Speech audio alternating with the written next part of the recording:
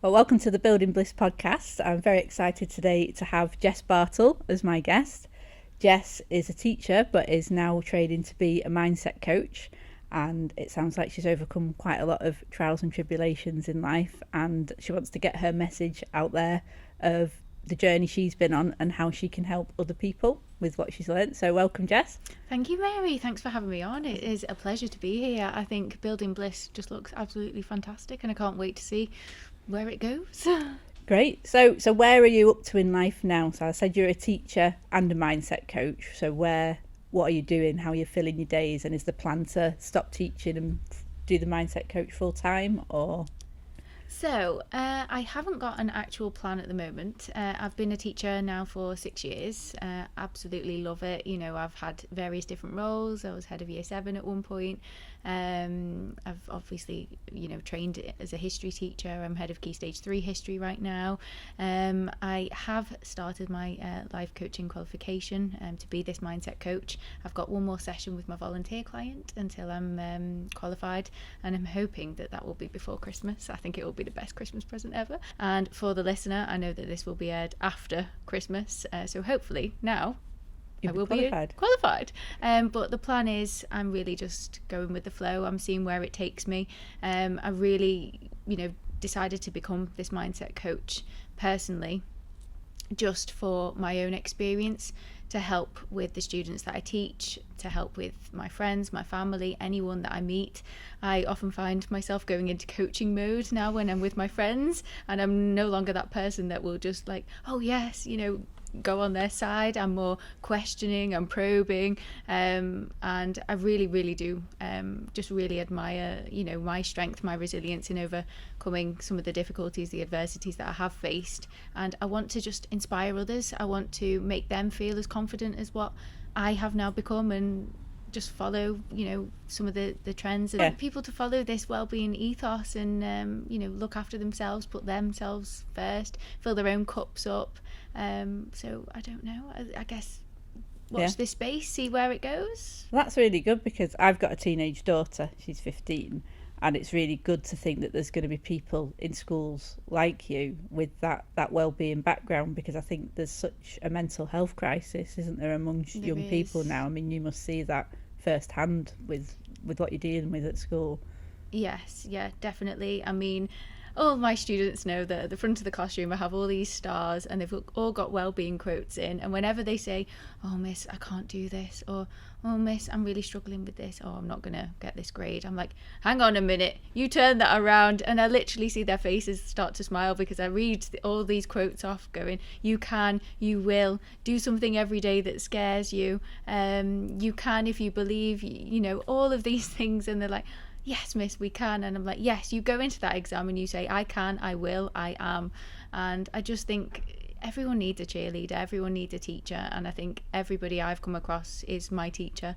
I've learned something from every single person that I've met, and I think we do need to be the champions for these students, young and old, and everyone in between. That's brilliant, because I think obviously I'm a bit older than you, and went to a grammar school where that was very much not the ethos. It was like, you get your work done, you be top of the class, you go to university. And I think we need more well-rounded individuals teaching our children, because especially this generation that have been through the pandemic, I think they've probably suffered the most, the sort of like 12 to 16 year olds up to 18 who really got hit by that lockdown. I mean, has it been difficult for your students to sort of come back from that, have you found? I think it's definitely been challenging. I think, having that transition from working at home, not being able to leave your house apart from, going out for 1 hour, losing that social interaction, everything became more online. And I think definitely, coming back into the building, everything was very different. They were in these bubbles, as teachers we were running between classrooms, and it was just those routines had dissipated. They weren't around their friends, and I think it's building up that confidence, it's building up those social skills.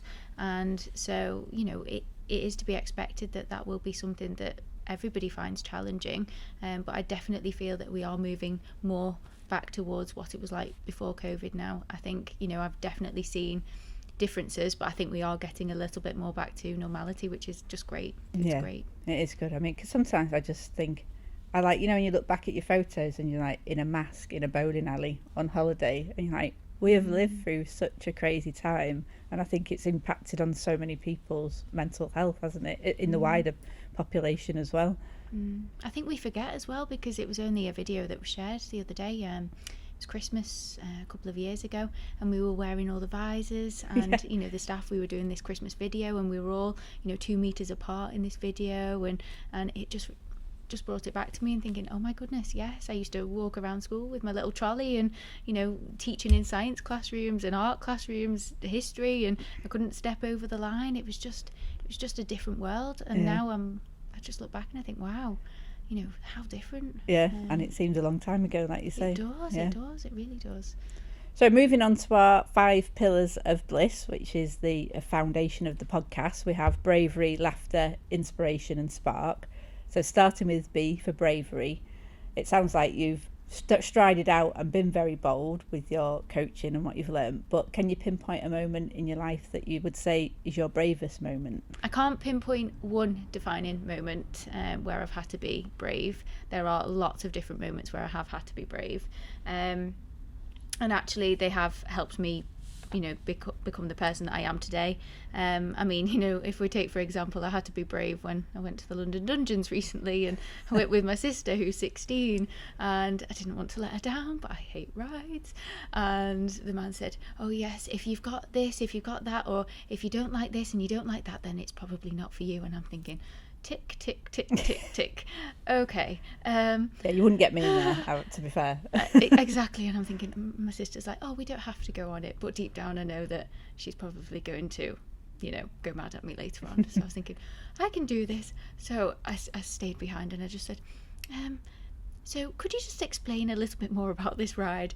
So they did. And I thought, and he said, it's just like an emergency stop. That's it. And I thought, oh, well, if I can drive a car and I have to do an emergency stop, I can do this. So I'm getting like shaking as I'm sitting down on this thing, and they're like, oh, you might get wet as well. And I was like, oh, great.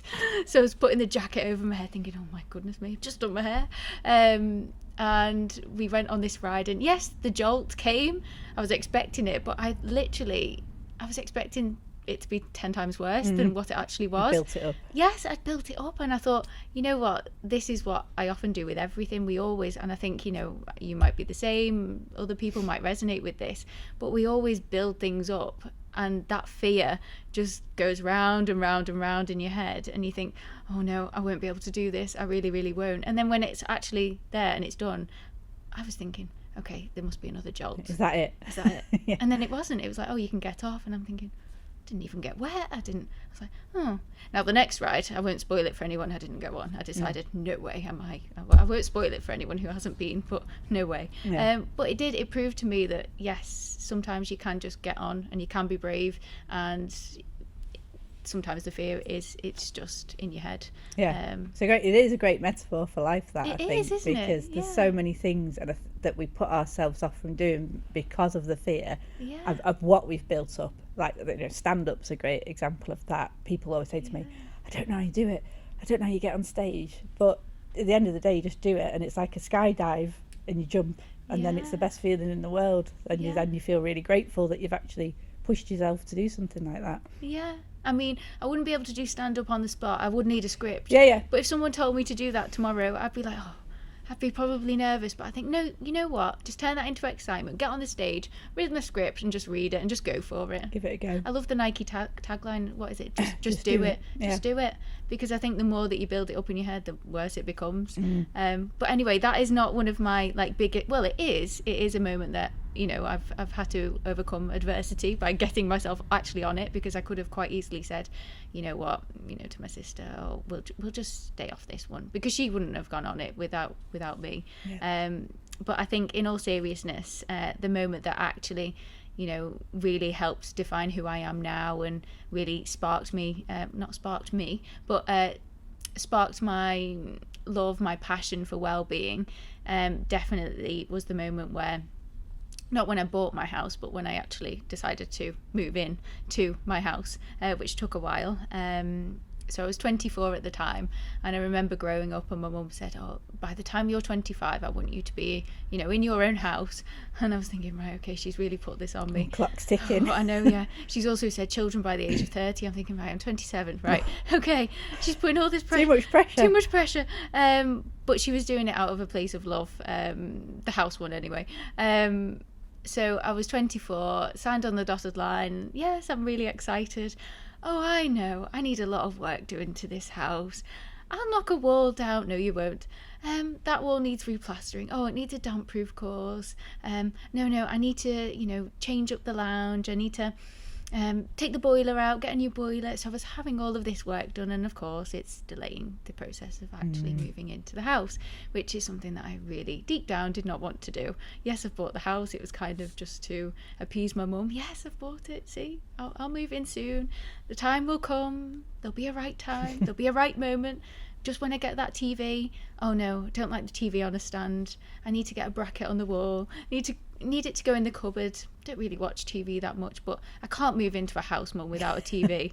That's some serious procrastination you're doing there. I really, really was. Yeah. And my friends and my family know that, you know, I think maybe I've watched 10 minutes in there in the last 6 months. I'm just not a TV person, but I was adamant that I couldn't move into this house until this TV was perfect on the wall. And I know that for my friends probably listening to this, they'll just be laughing, going, oh yes, I remember that. And we all had to rally round and get all the toolbox out and everything. But the point is, my family, my friends, they were all there for me. They were all rallying in. They had a paintbrush, even my brother and sister, you know, young ages, 15, 17, all mucking in. But I really, really did not want to move in to this house, and my fear was that I would be all alone, that, you know, I was so used to having 5 of us in a house that, you know, going from 5 to 1, oh my goodness, how am I going to fill my time? Well, I wish I had more time now, that's what I can say. So I've definitely you know, become better at that. But I think it was just, yes, that fear of I'll be on my own, no one will be there for me, my family and friends will suddenly stop speaking to me, they won't want to come round and visit, I won't go out. I don't know where all of this came from, but it must have come from childhood experiences, because, you know, I'm a firm believer that everything that happens, you know, to us is happening for a reason, but it definitely stemmed back to, you know, things that were going on in my childhood. So I was procrastinating 100% over this, and my mum said, right, by the end of January 2022 you have to move in. So I did. I moved in.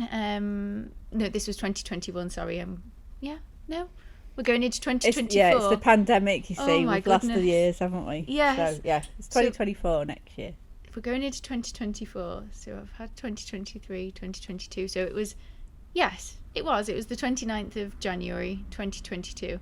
This is where, Mary, I'll go home and I'll be like, no, it was completely the wrong year, right, but I feel like it was the right time. No one will fact check it, it's fine. no one yeah. Please go and fact check. But yeah, so it was the 29th of January 2022, I think, that I ended up moving into my house, which now I have made my home. I absolutely love it. And I think what got me there was, number one, saying my mum would put the rent up by £1,000 every month. Right. So I was thinking, okay. Number two, I'm just going to kick you out. I'm going to kick you out. That's what I'm going to do. She was being, you know, loving and loving kind. And then also as well, I had just started a wellbeing book club attending, and again that was something I was procrastinating, putting off, going, no, I can't make it, I've got books to mark, or I can't make it, I've got this. I was always putting obstacles in the way because I didn't know about well-being. I didn't know how to look after myself, because I'd just been on that pedestal for so many years of work to the early hours of the morning, don't have a life, don't see friends, don't see your family, just bury yourself in your books in your room. And it wasn't until I started going to that book club, which finally I said, oh, you know what, they're pulling out all the stops, changing all the dates for me, I have to go. And I'm so glad I did. I mean, I've got friends for life from that book club now. But one of the biggest reasons that helped me get into that house was their support. Also, somebody I met there introduced me to a life coach, which I'd never even heard of the term life coach. I did go home and Google what is a life coach. I went and met this wonderful lady, this life coach, and she absolutely gave me the tools to transform my life. And I started working with her just before I'd moved in, and then I was working with her until the summer of 2022, if that is the correct year that I moved in. So it was around 6-7 months I was working with her, and I learned so much about myself that I don't even know where to start, where to begin. And she said this to me, you'll never be alone, Jess, because the universe is always behind you. You've always got your ancestors behind you. You've got your family. You've got everything you need within inside of you. And yes, I am still learning. I am still growing. Even now, you know, I still stay in contact with her. I think she's an amazing life coach. She is incredible. And she reminds me to actually, if I'm struggling to make a decision, if I'm struggling to know what to do, the answer will always be within here. And it's just about finding that time, finding that space, going within and seeking that answer. And that's what I did. On that first weekend I moved in, oh my goodness, I felt sick. I was just going to say, what was the first night like? Were you like awful. Literally lay awake, like listening to every sound, or? I had my car keys ready to get in my car and go home at 3 a.m. in the morning. I could not sleep. I felt physically sick. I thought, I can't do this. I thought, I've given it a go. It's 3 a.m. I can just drive back. I'm 7 minutes from my home. I can go back. I didn't. I stayed the night. Well, that's good. I woke up the next morning, voice noted my mum, I want to come home. I can't stay here. I can't concentrate on my work. I can't do anything. And she said, oh my goodness. She said, Jess, you've got boxes and boxes to unpack. Why don't you just start unpacking them? I can't. Well, that's accepting you've moved in if you unpack the boxes. Exactly. Isn't it? Yeah. Exactly. And I think that's what I didn't want to do at that time. But no, I persisted. And that Monday morning, I even just wanted to drive back home so I could drive to work from home so that I could go into work. So you had that familiarity. Yes, yeah, because I was driving to work a different way and I didn't like it. I didn't like it at all. I got to work, I was really uneasy all day, and I thought, this isn't like me, because I never think about anything outside of work when I'm actually teaching, because I think the nature of the job as well, it's just so, you know, when I'm there, I'm 100% there. And I was thinking about missing my mum, being at home, and I thought, oh no, this isn't right for me, I have to go back. And I was speaking to my colleagues and they said, just give it some time. Got to the end of the week, I've given it time. No, you need to give it more time. How much time? We can't put a limit on it. But I made it, I did it, and I kept working with this life coach. I found my favourite book ever, Manifest, which I'll go on to talk about later on. I've definitely got loads to say about that. But I did it and I'm absolutely loving it, and I wouldn't go back. Although I've been back a couple of nights to stay, but oh my goodness, it's freezing. It's freezing. They don't put the heating on as much as me. No, I think that's the best thing when you've got your own house. You can set your own heating, can't you? Oh, so. It's amazing. Just that privilege of just putting it on your phone and you can get home and it's all nice and toasty warm. And I'm not saying my mum's a Scrooge with the heating, but could do with just turning up a little bit. So can you pinpoint a moment once you'd moved in where you suddenly you finally relaxed and you were like, oh no, this is my home now? How long did that take, do you think? Oh, I don't know now. It definitely took a while.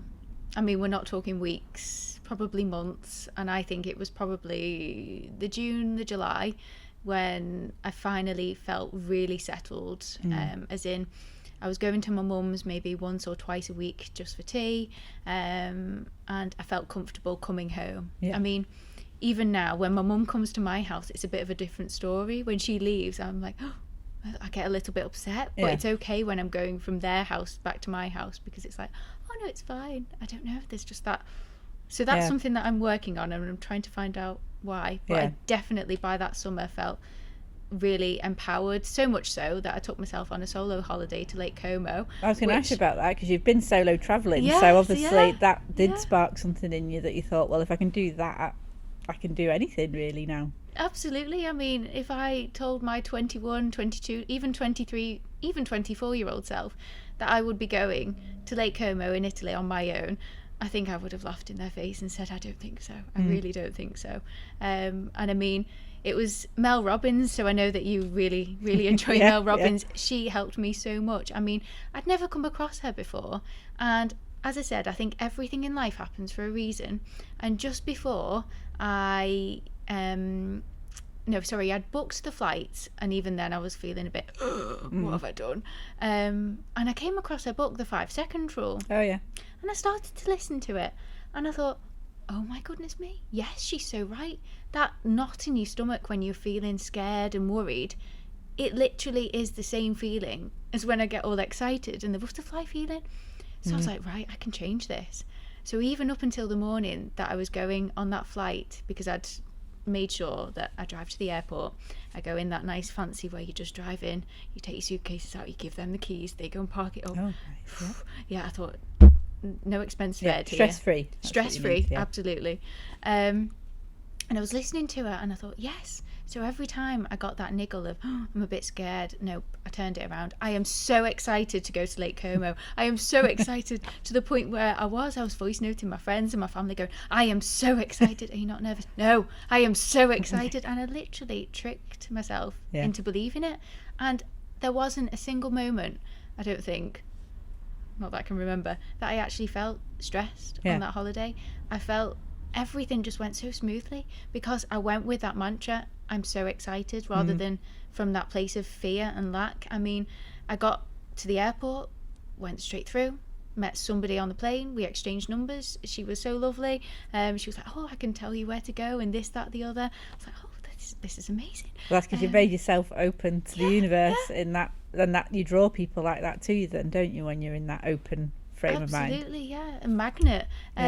So I got to my hotel, everything was fine, everything was amazing. I mean, my charger broke, but that's replaceable. Yes, it was. But at the time I was thinking, right, I'm on 5% here, I can't speak this language, I don't know anyone, I only know my mum's mobile number and she's back in the UK, but luckily there was a phone shop down the road and I was able to just explain, just take the old one, my charger broken. And then they were able to help, so thank goodness. I think that was the only time where I really thought, but I had the best time ever, and I can't believe that I haven't booked another holiday. I really need to. Yeah, sounds like you need to. Would you go on a longer solo tour now you've done that, maybe? I think I need to. Yeah. I'm thinking long haul. I'm thinking either Australia or Dubai or just somewhere long haul, and just see where it goes. Yeah, because I never did the travelling thing when I was younger. It was literally straight to university, straight to work. I was telling someone the other day I've never had longer than 2 weeks off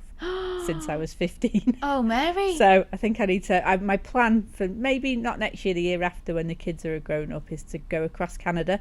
Oh, wow. Because we watched the Amazing Race, what it was called, and they went from one coast to the other. And I've got a really good friend in Canada as well, so that's the plan for me anyway, to go on an adventure with it in a camper van or an RV or whatever they call them. Over there. That sounds exciting. Yeah. So it sounds like you've definitely got braver as you've got older then. Absolutely, yes. Yeah. Although it's funny you ask that about if you're saying to me, do I think people in general get braver as they get older? I don't think that's necessarily true. I think it does come down to having enough courage to actually do something in the presence of fear and doubt. And I know I've said this before, but this is why I absolutely love Nike's tagline, just do it, because it encourages anybody to just go out there and do it. I think there's never going to be a right or a perfect moment to do something. And I think in the past I've definitely fallen into that trap of thinking, but there will be a right time to move in, or there will be a right time to do this, or it will be, I'm just waiting for the perfect time. But there isn't. And I think the longer that you wait for that moment, that epiphany, then the more you're sitting in that place of fear and doubt and worry and anxiousness. And I think if you do just jump in, and as much I'm not saying it's not going to be scary, but I can probably 99% guarantee that when you do it, it's not as scary as you think. I've definitely learned that. And I think I think it is just about feeling the fear and doing it anyway. And I know that that's a book by Susan Jeffers as well, a very good book. Yeah. But yeah, I think, and Dale Carnegie did the original book on that, I think, as well. That was one of my dad's favourite books. Yeah. I've not Feel the heard. fear and do it anyway. Oh, I need to do a little Google search Yeah. after this. I love a good book. Yeah. So yeah, I think feel the fear and do it anyway, but I don't think it necessarily comes with age. I think it comes with that bravery, that courage to just dive deep, do it anyway. Yeah. Well, I think it's very much a sliding scale, and it's all relative, isn't it? Because some people wouldn't go and sit and have a coffee on their own in a coffee shop, and that would take bravery for them. Absolutely. But they might happily go on a roller coaster, which, you know, Yeah. I wouldn't go on a roller coaster, but I'm quite happy to sit in a coffee shop on my own. So Yes, what's brave for yeah. one person isn't necessarily brave for someone else, is it? So Absolutely, yes, yeah. 100%. I mean, I remember that first evening in Lake Como, and I was thinking, oh, I've got to go and have a meal on my by own. yourself, yeah. How was that? Oh, it was nerve-wracking. It really was, because I thought, what do I do? Just so I was sat outside. Obviously, it was really hot, and you know, the waitress came over. She was lovely, and she was asking me what my job was. She couldn't believe I was a teacher. She was like, oh, but your fashion and all of this. I was like, oh, thank you. But I ended up, just having this meal, and I kept looking around thinking, are people going to be looking at me thinking, you know, why is she sat on her own? And I thought, no, what, you know, just embrace this. So I carried on and I finished. And then by the end of that holiday, I became so much more confident, and actually the more I looked around, the more that I actually saw other people on their own having meals and things, and I thought, well, I'm not judging them. I'm just thinking, wow, they're brave, hats off to them. Yeah, well, And you it's do. I think inspiring it's me. more a European thing, because I worked in Copenhagen for 2 years, and I had to wow. eat up by myself every night because I was staying in hotels, and there was lots of people doing it, and I used to take my book and sit there, and it was really nice, and I enjoyed it. But yeah, I think we get obsessed with thinking that everybody's looking at us, but then you remember how much we're all in our own heads, and you're actually only ever thinking about yourself, aren't you? Yes, So yeah. nobody's really ever looking at you or going, oh, look at them, they're on their own, because they're Exactly, only in their own head worrying about their own things. Absolutely, yeah. And it's taken me a long time to actually realise that, because I have grown up thinking, oh, everyone will be thinking this, X, Y, and Z. And it's like, well, no, if I'm thinking about all of that, then they'll be thinking about all of their worries and things. But I did have the same thought as you of taking a book. Yeah. But then I thought, I'm going to be trying to flick a page, and then it won't stay down. And then how Yeah, did you I manage think, that? Well, I think I did a lot of balancing with forks, but I think a Kindle's much better. Yeah. So moving on to laughter then, how important is laughter to you in getting through life? Well, it's funny you say that, because quite a few of my family and friends say I am quite a serious person, and yes, I do recognise that. And actually sometimes I do need to come up and see the wood for the trees and actually just let my hair down and have a laugh. So I am working on that, because I'm a great believer that actually when you do laugh, they are, you know, they provide the greatest moments. And I think there's nothing better than getting together with family, friends, and just literally just having a laugh about this, that and the other. And I mean, I say I'm a very serious person, but when I do laugh, literally it's like the eyes, tears rolling, you know, belly laughs, I get stitches and all sorts. And I think maybe that puts me off from walking around the rest of the day having a stitch, like, oh, I'm a bit in pain. Yeah. But when the laughter comes, and it's a brilliant feeling, isn't it? Yeah. You know? And do you use laughter as part of your teaching, or do you think that's why you feel you have to be serious? Do you maintain a serious face when you're teaching? Do you think that's important, or?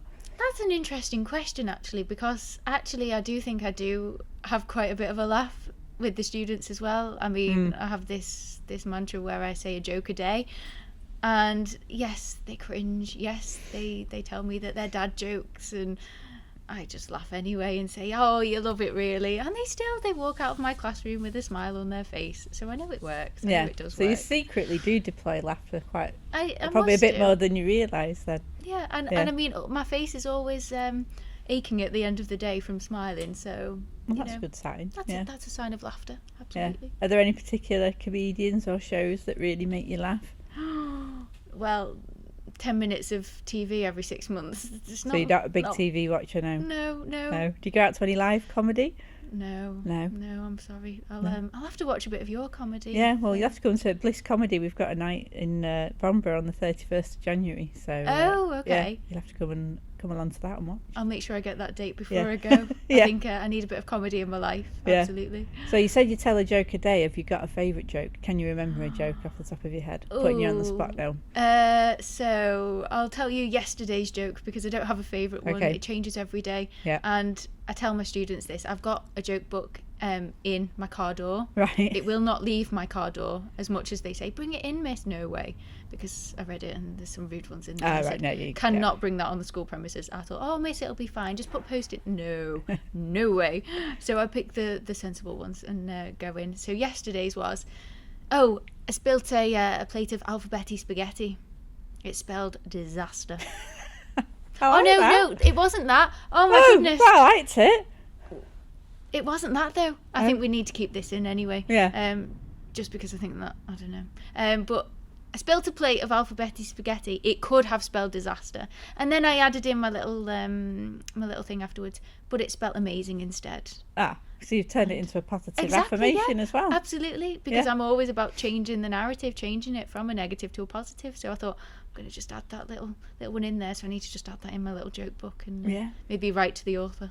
Sounds like you could have a potential to do a bit of comedy if you're adding bits to your jokes. So maybe you never know. Don't ask me any questions on this night that you do though. No, I won't. Well, I might do, but you never know. No, I think I'd go bright red, cherry tomato. Well, the whole colour of the skirt. the ethos of Bliss Comedy is it's a nice, inclusive and diverse comedy night, because I know so many people are put off from going to comedy clubs because they're like, I don't want to get picked on. That's the first thing they say.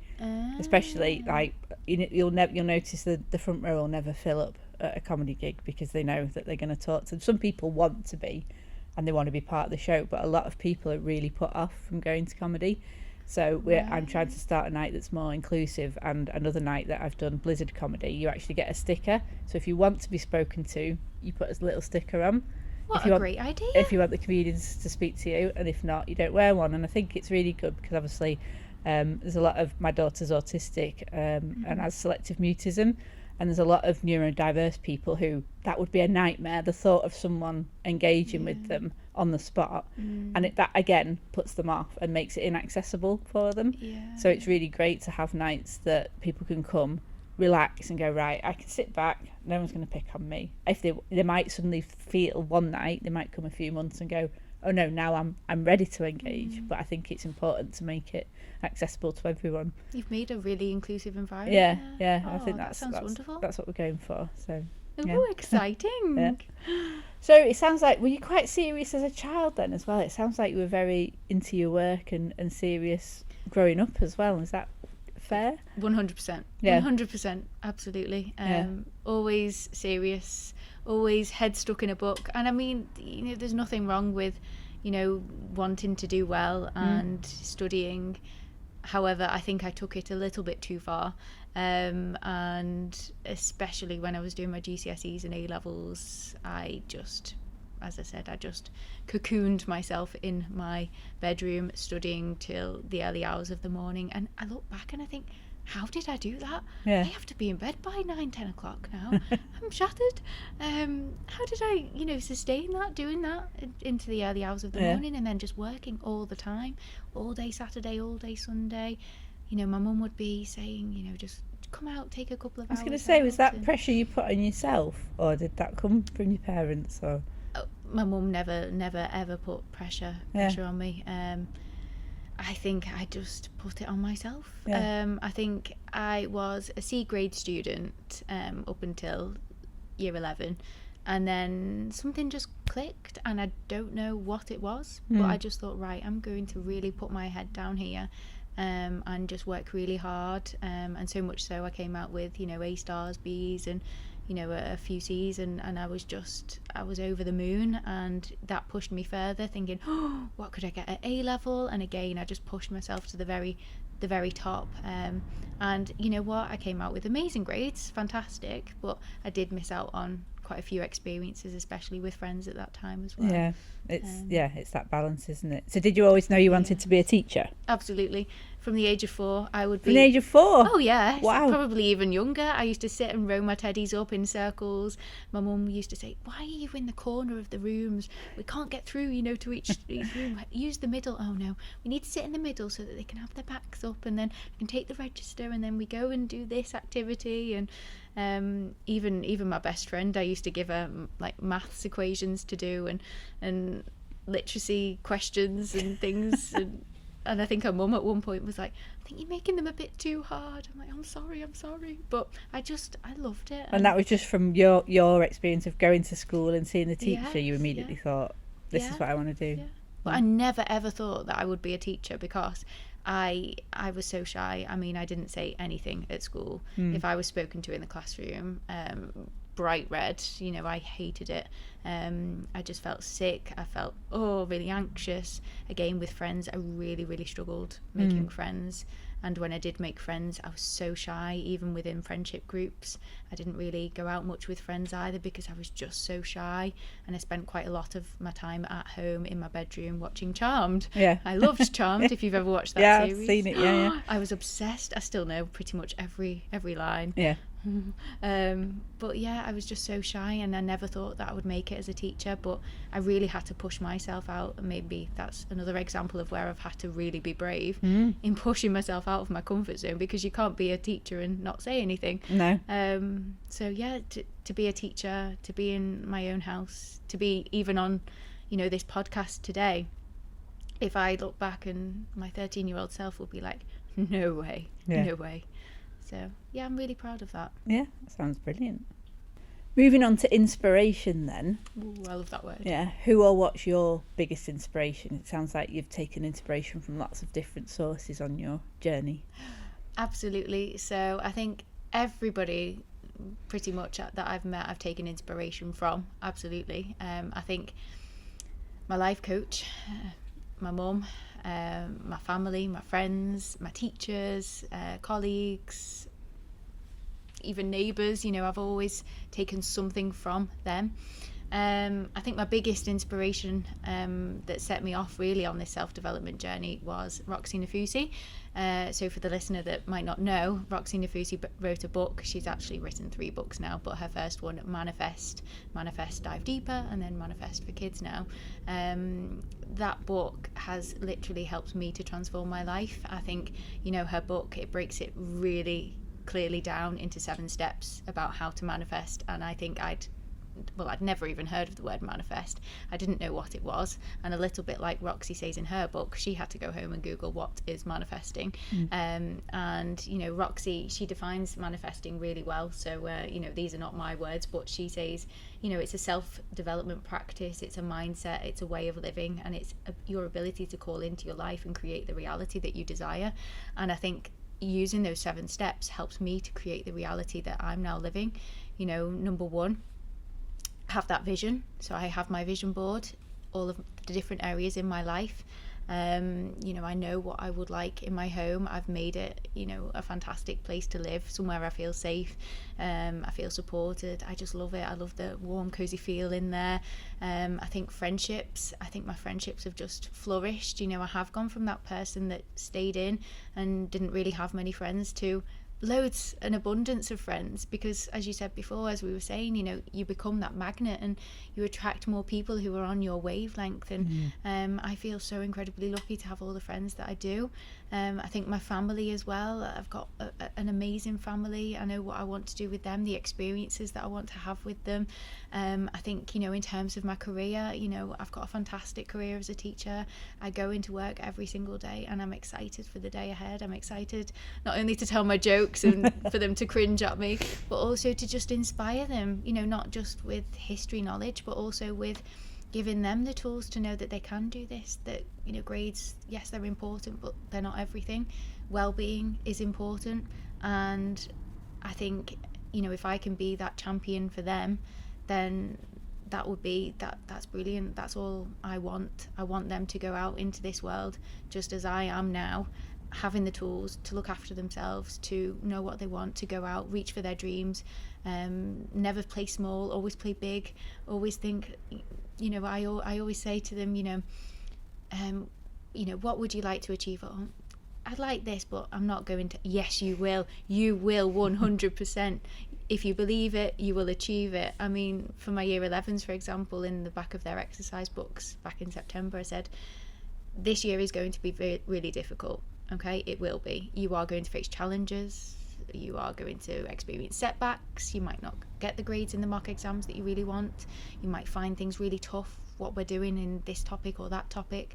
So when the going gets really tough, I want you to write a message to yourself in the back of your book. And then at any point that you feel, I can't do this, you read that message and you know why you're doing this. And even when I mark the books, I always just look to the back of the book, and it just lights me up knowing that they've got that goal. And whenever they do come to me and they're worried or anxious, I'm like, look at the back of your book, read it. And they're like, yes, miss, I remember now. And I just think that is just incredible. It's so powerful. I think as well, some of her other steps in the book, embrace gratitude without caveats. So that means, be truly grateful for the home that you live. I'm truly grateful for my home. I'm not thinking, oh, but I would love a dream house. I'm grateful for what I have right now.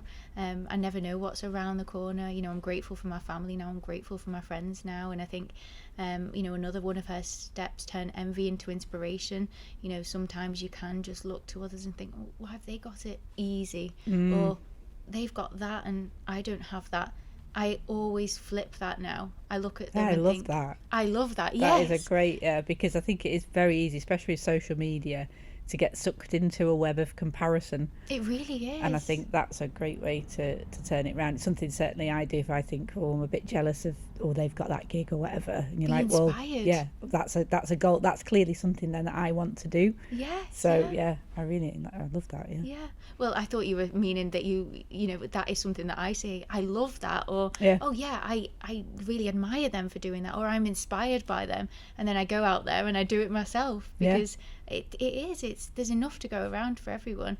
There's so many different podcasts. There's so many different books. There's so many different teachers. But I believe that someone will always come into your life at the right time.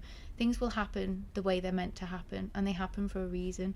I just think her book, honestly, I listen to it still every single morning on my way to work, just a little snippet of it, either that one or the second one, or even the kids one, because I think the kids one is incredible. If you're saying you've got a daughter. Yeah, well, I think I need to buy it. It's not one I've read. I've read a lot of books, but it sounds like you like enjoy structure and working towards something, and that's probably why you enjoyed that book so much, because obviously I've read The Secret, and I think The Secret's a bit more, I'll just write a check for £1 million and then £1 million will appear in my bank account. I think it gave a bit of a false hope behind manifestation, whereas that one sounds a bit more structured and set in reality, perhaps, that you are still the master of your own destiny. It's not just, I'm just going to wish for something and the universe will give it me. You're actually making steps towards making it a reality as well.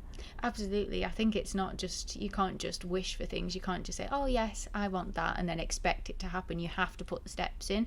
And that's what Roxy's book does. It breaks it down into these 7 steps, and you've got to follow the steps in order for things to manifest in your life. And I have so many examples of things that I have manifested, and I just live and breathe these 7 steps. And I think Roxy's great. I've met her once in Dublin, and I've booked my VIP ticket to see her in London in January, so I'm very excited for that. That's so great. I'll be travelling down there. On your own? With my friend who is also so I met her through Roxy Nafusi as well, and it turns out that we only live around the corner from each other, so we're both going down there, so that'll be so exciting. We both say that we are her number 1 fans, and I mean, when we were booking the tickets, we said, should we go for, there was band A, band B, band C, and band A is obviously the VIP meet and greet and everything, and we said, oh yeah, we'll just go for the B tickets. And then there was this pause on the phone, and then we both kind of said in sync, but we are her biggest fans. We went, just do it. So we booked the VIP. Why not? So well, someone's inspired you that much, I think. Absolutely. It's great to be able to meet them. Absolutely. And I mean, I pick one of her cards every morning. So she's got mantra cards, affirmation cards. I've got two decks, and each morning I pick one of these cards, and it so resonates. So this morning's, for example, it was it said something about stop playing small, and step into your power. Or, you know, another one was you don't have to do it, you get to do it. And I just love that one as well. I love them all, but yeah. So it sounds like then you have the potential and are being a great inspiration to others through your teaching, because I mean, I'd love you to be teaching my daughter from what you've said, because I think, you know, particularly girls need a role model like that who is saying there's more to life than studying. And it's interesting, coming from your background where it was the be all and end all from you, you're able to actually get across that, well, I've done that, and I, you know, looking back, I might have not done it that way, but I can use that knowledge and what I've learned since to then inspire others.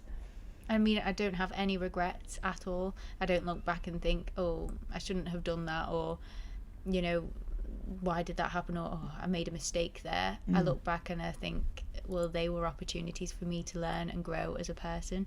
And I think you have to go through those lessons, because you can't go through life and it's never going to be plain sailing. You are going to experience setbacks, but now I feel that I have those tools to help me and empower me and move beyond those setbacks and become, you know, a better person. And I think at different stages in our life we can up level and we can become, you know, so much more empowered, and we can grow and we can learn and we can evolve. Yeah, absolutely. So moving on to spark then. Ooh, I love that word as well. So you've obviously faced adversities. I think we didn't touch on it before when we were discussing COVID, but you were quite ill yourself with COVID, is that right? Yes, yeah, so that was last year. So this time last year, actually, I had quite a significant chunk of time off work, and oh my goodness, it really, I felt like I hit rock bottom. I mean, everything was going really well in my life. You know, I'd moved into my house, I'd gone solo travelling, I'd been interviewed on a radio station, so that had just been aired.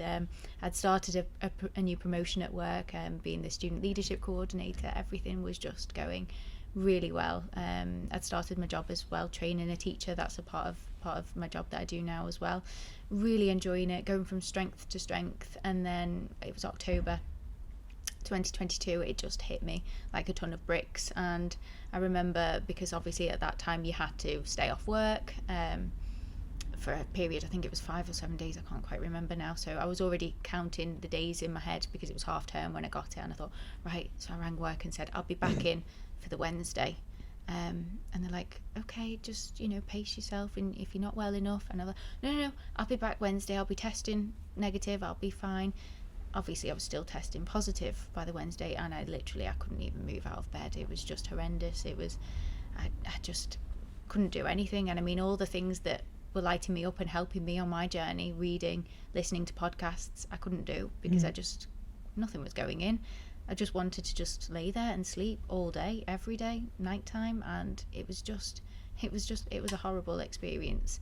And that was up until the January, and then I started to find my feet a bit. I was going back to work, a phased return again. I felt really off balance. I just felt, when I was going into work, I just felt really disorientated. That's all I can describe it as. It just felt just really strange, and I still wasn't well enough, and I was coming home and I was literally just sleeping. I remember I went in for a 15-minute meeting and I came home and I slept for the rest of the day. It exhausted me so much. So I went back to work slowly, and then obviously because of the tiredness, I think I ended up falling down the stairs and I broke my sacrum. So again, sat on a nice rubber ring for 6 weeks. Couldn't really do anything at all. I was in so much agony, so much pain. I just started yoga. I went to one session, absolutely loved it, fell down the stairs, couldn't go back for another 3 months or whatever. And I was like, oh no. But I look back now, this time last year, and think, wow, the difference. I finally feel that I'm getting back to where I was before COVID. So how did you get your spark back after that then? Because that's quite a brutal run of events, really. Even the long COVID on its own, but then to have the injury, that must have really tested your mettle. Absolutely, yes. So I think one of one of the biggest things that really helped was actually yoga. I absolutely love yoga, and I tried it before years ago, and I remember walking out of there thinking, I could have been lesson planning, could have been marking books. Yeah. That was a bit of a waste of time. Just shut my eyes and, I was really annoyed. And I look back and I think, I wasn't ready at that time to actually embrace it. Yeah. And I went to that first session just before I did fall down the stairs, and I absolutely loved it. I came out of there thinking my mind just felt really clear. I felt really just safe, supported. I'd stretched, I'd done all these poses that I'd never done before. And I went back after I'd recovered from the injury, and I go 3-4 times a week now, and I absolutely love it. And it's my time where I can go, I can totally switch off, I can totally forget about all the worries, all the anxious thoughts, because those worries and anxious thoughts, oh my goodness, if they were there before I got COVID, they were through the roof when I did, because all my defences were down. I wasn't doing any wellbeing practices. I wasn't writing my daily gratitude. It goes out of the window, doesn't it? Absolutely. So none of this gratitude, and I wasn't listening to affirmations. I wasn't doing anything. I wasn't even going out. I wasn't socialising or anything. And I think for anyone, having that loss of social interaction, having that loss of doing things that light you up, that is going to have a detrimental impact on your health. So when I started to get my energy back, when I started to feel better in myself, and I was going to yoga, I was looking after myself more, I was getting back out there, seeing friends, seeing family again, slowly but surely, and I mean, I'm still getting there now, I've got my spark back. I think definitely going back in September teaching really helped, because it felt to me a fresh slate. I wasn't going in a bit disjointed, like taking halfway over classes through the year and like taking over my classes gradually, and then not really having full control over them, and just being a bit out of the loop. I didn't like that, and I just felt always on a back foot. But starting fresh in September, on fresh start, fresh new pupils, obviously, and new classes, I just felt more within control, and I knew what was happening. And I think that definitely helped as well, having that routine, having those affirmations that I actually have the energy to listen to as I fall asleep, as I wake up every morning, writing my gratitude every day. That is so powerful. It's doing these well-being practices, it's going to yoga, it's going to mindful events, all of those things. It's embarking on my life coaching certification. That has taught me so much. Working with volunteer clients, all of these things combined have helped me to get my spark back. Yeah. And I'm so excited to see what's yet to come. Yeah. So do you have a daily meditation practice as well, or do you count your yoga as your meditation, would you say? Yeah, so I either fall asleep to a meditation or an affirmations track every night. Yeah. And in the morning I'll listen to an affirmations track. But I still struggle with actually sitting in my house doing a meditation silently, creating that time for me. Yeah. So that is why I do go out to a yoga class, because I actually don't have any distractions there, and I will fully immerse myself into the practice, hence why I go 3 to 4 times a week. So I do. But that is definitely something moving forward I want to work on myself, is actually knowing that it's okay in my own home to actually have that meditation practice, and making that time for me, not having any distractions, putting the phone away, the books away, and actually just being still and really present and just seeing what comes up. Yeah. So that's my next goal. Yeah, that would be good. I think the thing is, a lot of people get very stressed about meditation, which is obviously the opposite effect, because they think it has to be a certain way, or like you say, it's got to be silent. And I think your yoga is a meditation. Well, obviously it's got a meditative practice as part of it, hasn't it, as well, with your shavasana and everything at the end. I only do online yoga. I started doing that in the pandemic, so I'm very not bendy. So I haven't been brave enough to go to a class yet in person. But my best friend's actually a yoga teacher, so really I should. No excuse. Got no excuses. But yeah, I think meditation was really the path that opened everything up for me, because I actually had a panic attack in the co-op of all places. Oh my goodness. And I was like, oh, something's not right here. So I don't know why I didn't go to the doctor. I thought I need to find a meditation class, and that's when I went to the Buddhist centre up in Oxton and found a meditation class there.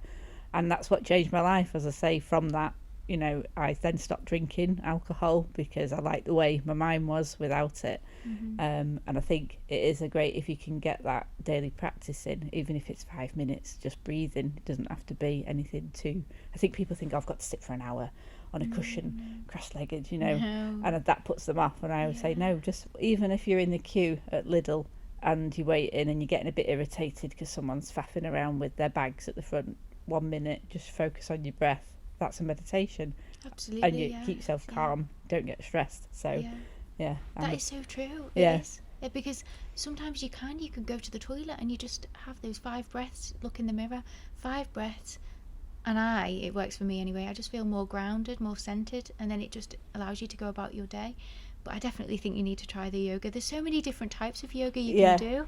I mean, the yoga teacher, well, I go to a few yoga teachers, you know, but I go to some classes where it's hatha yoga with chakra balancing, so they work on a specific chakra point. Oh, right, I'm into all that. So, yes, and then she does this wonderful, it's always a different meditation at the end, and it's about 10 minutes long, and I really immerse myself into that meditation, and then I go to a yin yoga one, so that's really holding yourself in the poses for up to 4 minutes. Oh yeah, I've done some yin yoga. That's I did amazing. find that very good. Yes. I remember she put her hands on my head and she went, "You've got a very busy mind, haven't you?" It's like, yes. So was she incorporating a bit of I think Reiki? she did a bit of Reiki in it as well, because suddenly felt, because I do have Reiki regularly as well myself, but it was a lovely session actually, the yin yoga. It is, it's so grounding. And I mean, there's other ones as well where you can do, they focus on, what is it now? I've said the one about meditation. There's Bikram, is there? And then hot yoga, which I always I think. haven't tried the hot yoga. I've done vinyasa yoga, but I haven't tried the hot one. That's next, I think, on my list. I just go out raving if I want to get hot and sweaty. So. Oh, you see, I don't do that, so maybe I need to try. I need to try hot yoga. I think, definitely. Be one to add to the list. Yes, definitely. But you do new moon and full moon sessions. Is that right? What do they involve? So I trained earlier this year as a women's circle facilitator. I also did my Reiki level 1 as well. Yeah. And, you know, I try and incorporate some of the Reiki principles into my day as well. But the women's circle training, I'd never been to a women's circle before, and I came across this organisation, My Social Sister. I think, you know, they're on Instagram. Oh yeah, I've heard of them. Yeah. See them, and they were running this course, and I thought, that looks really interesting. I thought, you know what, my heart is saying go for it.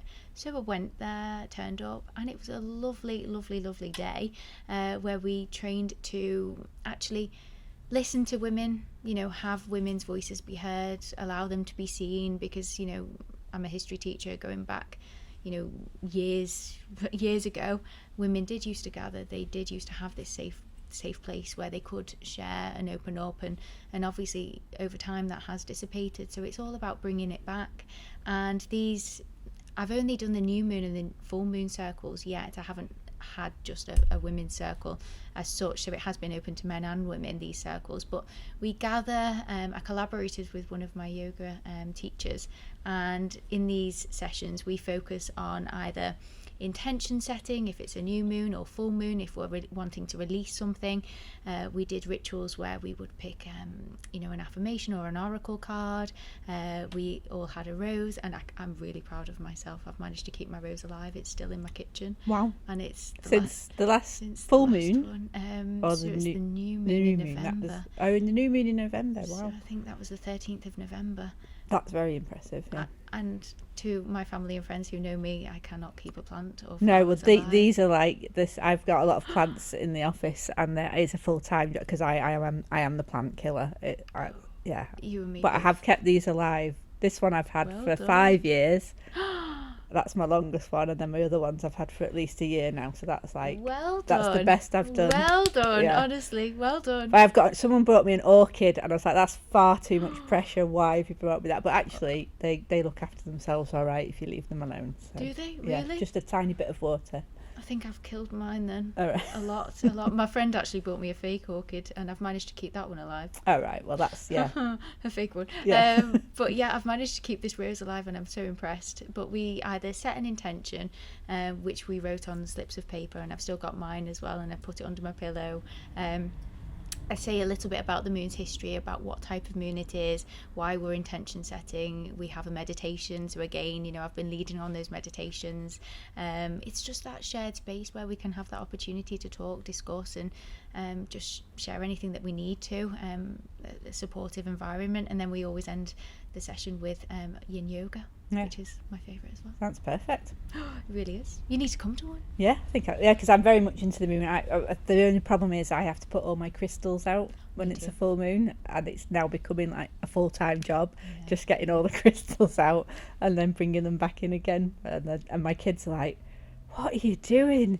You're absolutely crazy." I was like, "Yeah, but I've got to recharge my crystals." So yeah, I'm very much into the moon and its phases. I've just bought the moon phase journal, which started with the new moon on Tuesday, wasn't it? The 12th was the new moon, and that sets the next 13 cycles for the coming year. It's like a journal and stuff. So I need to maybe I'll show you that after, because I think you'd be into that. I think I will be, yes. But another little tip, I just keep my crystals all on my windowsill now.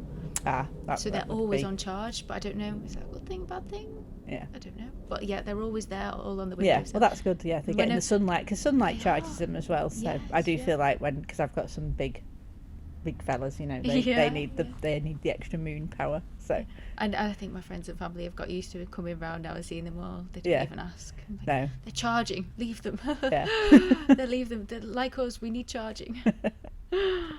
Finally, then moving on to success. What does success mean to you, and has that changed, do you think, I'm going to say as you've got older, but you're not really very old, but I'm very interested to get your response as a younger person, because we've had quite a lot of older ladies on so far, so it'd be interesting to get your take on that. Success to me has absolutely 100% changed for me. I think when I was growing up, especially when I was a teenager, success was getting that grade, it was getting that degree, it was going to that university, it was doing that qualification, but that came at the expense of everything else everything else in life, basically. your personal life, social life. And I think it was when I started working with my life coach, when I started reading these books, when I started my healing journey, I actually realised there's more in life that I would like. I can't just sit every single day studying or working, because that isn't making me happy. And I used to go around with a face like thunder, my mum used to say. And at the time I used to say to her, but no mum, I do smile, I am happy. But I look back and I know that she was right, I wasn't happy. It wasn't a genuine happiness, no. It was a surface smile. Yes, definitely. I'd flash a smile once in a blue moon or something. Whereas now, I'm always smiling, I'm always happy, and that's because I took that decision to realise that yes, the grades, the qualifications, the things, they are important, but they're not the most important thing. It is making that time to go around on a Saturday night to be, with my family. It is going out for lunch with my friend on the Sunday. It is doing things that light me up. It's going to yoga 3-4 times a week. It's making that time. A few years ago I would not have gone to yoga, because that would, I come home at 6 p.m, I then work till 10 p.m, and then I get a shower and go to bed. There just wouldn't have been that space in my life. So I've really had to look at what I want in my life and realise that success to me is having the friends, the family, the health. I think I've forgotten to mention that, but health 100% is the big thing. Especially last year, that taught me that you have to have your health in order to have everything else. That underpins everything, doesn't it? Absolutely. I mean, just to have energy to get up and get a shower each day, that was something this time last year that I was really struggling with. A shower would literally wipe me out. I'd have to go and have a nap, and that's just something that we take for granted day in, day out. And don't get me wrong, there are moments when I do have a shower every day and I forget, but sometimes I do remember and think, wow, this time last year I'd have to go and sleep for 2 hours after just having a shower. So energy, health, foundations. You've got your family, you've got your friends, you've got your career, you've got your hobbies, you've got your work life, your social life. I think all of that encompassed together, these experiences, days out, Christmas, which I love, all of that is just that is success to me. Yeah. If you've got everything, in balance, in harmony, yin yang, masculine, feminine energies all in harmony, all in sync, then I think that's what success to me is now. Yeah. And thinking of your mindset coaching going forward, do you ever see, because it sounds like you really love teaching, is that a fair? Absolutely. Yeah. Yes. So that sounds like it's not something that you'd ever want to give up necessarily. No, so it would always be about developing your coaching to make you a stronger or a more well-rounded teacher, would you say, rather than giving one up for the other? Absolutely, yes. I think they go hand in hand so well. I mean, one of my roles is to train student teachers, and I often find myself going into coaching mode, because rather than telling the student what to do or telling the student, I'm saying, how about this, or explore opportunities to develop practice in this area, or explore how you might do X, or explore how you might do this. Or I'm always asking as well, what did you think to that lesson, or is there anything that you would change about that lesson, or are you open to some feedback, reflections from myself? Because I think, so it helps with that aspect, but it also helps me empower the students that I teach, reminding them that it's not the be all and end all exams, that it is important to prioritise your well-being, that it is so important to reframe those negative beliefs into positive beliefs, and you can reframe them. I think so many people are under this disillusionment that you can't change, but I think it's so possible to change. I think if you've got that drive, that determination, then it 100% is possible. I'm living proof of that, and I know so many people as well who are living proof of that.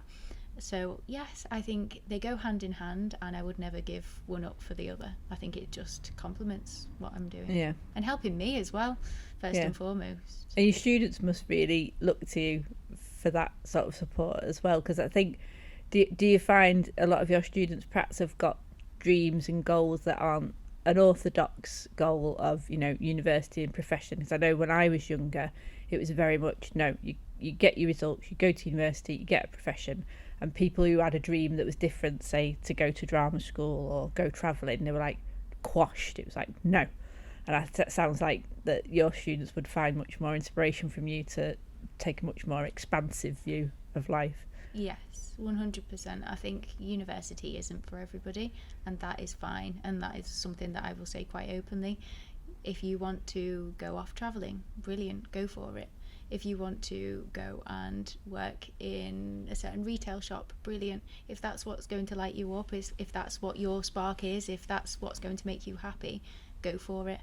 If you want to do an apprenticeship, go for it. I just encourage anyone and everyone to just do what lights them up, and don't necessarily follow into societal norms. You have to do this, you have to do that, because at the end of the day, we only get one life, and I think it's so important that you do whatever makes you happy. Absolutely. So, yeah. Especially when I think people, you're at work more than anything else in life generally, aren't you? So if you're miserable at work, then that really impacts on your life. Yeah. Mm-hmm. So what would young Jess say if she could see you now, do you think? Not to be big-headed, but go you. Go you. Well be done, big-headed. You. Yes. Own it. Yeah. Little Jess would say, go you, amazing, well done, keep going. See this as just a stepping stone again to greater things, and again and again and again, and it's just a case of just up leveling every time, and go through what you grow through. Grow through what you go through. Yeah. I always say it the wrong way round, but yes, younger Jess would say, go you. And I don't think she'd believe some of the things you've done. Do you think? No way. No way. She wouldn't believe that I would be sitting here, that I would be a teacher, that I would be training to be a mindset coach, that I would be doing circles, that I'd be going to yoga, or that I'd be living on my own, that I'd be going solo travelling. I mean, the list is just endless. So, yeah. Brilliant. Well, thank you so much for your time today. It's been a pleasure to interview you and hear your story. And I look forward to releasing this episode, and everybody can be inspired by your story. Oh, thank you. And thank you so much for having me on your podcast. I think Bliss, what it stands for, is just incredible. I think it's great, passion behind it. And I look forward to seeing where your journey takes you. Great. Thank you.